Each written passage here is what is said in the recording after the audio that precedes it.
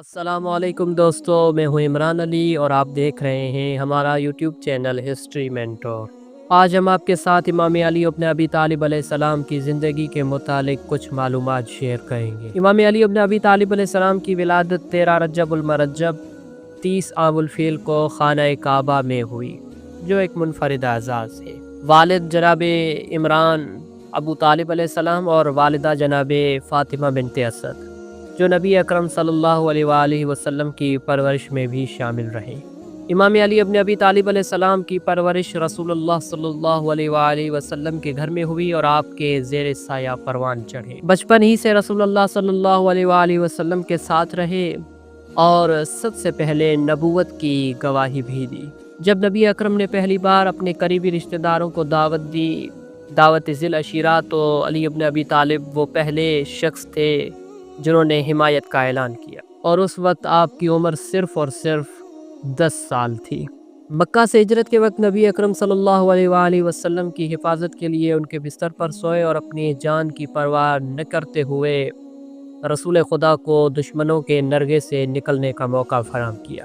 بعد میں مدینہ ہجرت کی اور وہاں نبی اکرم صلی اللہ علیہ وآلہ وسلم کے ساتھ تمام معرکوں میں شریک رہے۔ تمام بڑے بڑے معرکوں میں شرکت کی، جن میں بدر، احد، خندق، خیبر اور حنین شامل ہیں۔ غزوہ خیبر میں یہودیوں کے سب سے مضبوط قلعے کو فتح کیا اور نبی اکرم صلی اللہ علیہ وآلہ وسلم نے فرمایا، لا فتح الا علی، لا سیف الا ذوالفقار، یعنی علی کے سوا کوئی بہادر نہیں اور ذوالفقار کے سوا کوئی تلوار نہیں۔ نبی اکرم نے فرمایا، انت منی بمنزلت ہارون من موسیٰ، تم میرے لیے ایسے ہو جیسے ہارون موسیٰ کے لیے تھے۔ غدیر خم کا واقعہ بھی آپ کے ساتھ منسوب ہے۔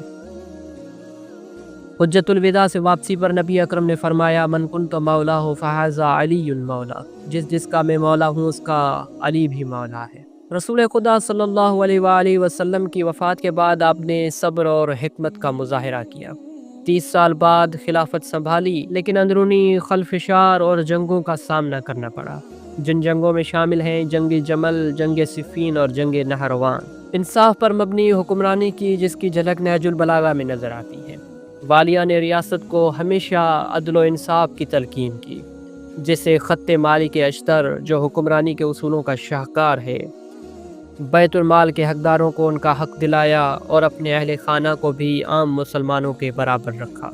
آپ کو باب مدینۃ العلم کہا گیا کیونکہ رسول اللہ صلی اللہ علیہ وآلہ وسلم نے فرمایا، انا مدینۃ العلم وعلی بابھا، میں علم کا شہر ہوں اور علی اس کا دروازہ ہے۔ نہج البلاغہ میں موجود خطبات، خطوط اور اقوال دنیا کے بہترین فلسفیانہ اور روحانی نصائح میں شمار کیے جاتے ہیں۔ امام علی ابن ابی طالب علیہ السلام کی شہادت اسلامی تاریخ کے سب سے المناک واقعات میں سے ایک ہے۔ یہ سانحہ نہ صرف امت مسلمہ کے لیے صدمے کا باعث تھا، بلکہ اس نے تاریخ کا رخ بھی موڑ دیا۔ خوارج کی جماعت، جو جنگ نہروان کے بعد امام علی ابن ابی طالب علیہ السلام سے ناراض تھی، ان کے خلاف شدید بغض رکھتی تھی۔ ان میں سے ایک فرد عبد الرحمن ابن ملجم نے فیصلہ کیا کہ وہ امام علی ابن ابی طالب علیہ السلام کو قتل کرے گا۔ ابن ملجم کوفہ آیا اور اس نے اپنے منصوبے کو عملی جامہ پہنانے کے لیے موقع تلاش کیا۔ 19 رمضان المبارک 40 ہجری کی رات امام علی ابن ابی طالب علیہ السلام کو بار بار پریشانی محسوس ہو رہی تھی۔ آپ بار بار فرما رہے تھے، میں اللہ کے حکم پر صبر کرتا ہوں، کیونکہ اللہ کی قضاء و قدر سے بچنے کی کوئی راہ نہیں ہے۔ رات کو آپ اپنی بیٹی ام کلثوم کے گھر مہمان تھے، لیکن نیند نہیں آ رہی تھی۔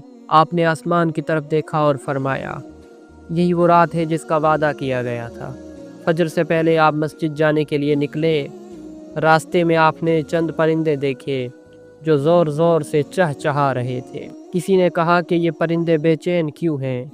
آپ نے فرمایا، یہ پرندے ماتم کر رہے ہیں، کیونکہ عنقریب ایک بڑا سانحہ ہونے والا ہے۔ جیسے ہی امام علی ابن ابی طالب علیہ السلام مسجد میں داخل ہوئے، کچھ لوگ پہلے سے موجود تھے۔ آپ نے نماز فجر کے لیے تکبیر کہی اور جیسے ہی سجدے میں گئے، عبد الرحمن ابن ملجم نے زہر میں بجھی ہوئی تلوار سے آپ کے سر پر وار کیا۔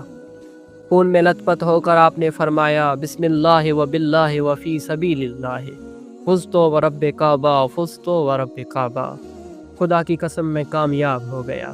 یہی وہ جملہ تھا جو زمین و آسمان کو رلا دینے والا تھا۔ ابن ملجم کو فوراً گرفتار کر لیا گیا۔ امام علیہ السلام کو گھر لے جایا گیا۔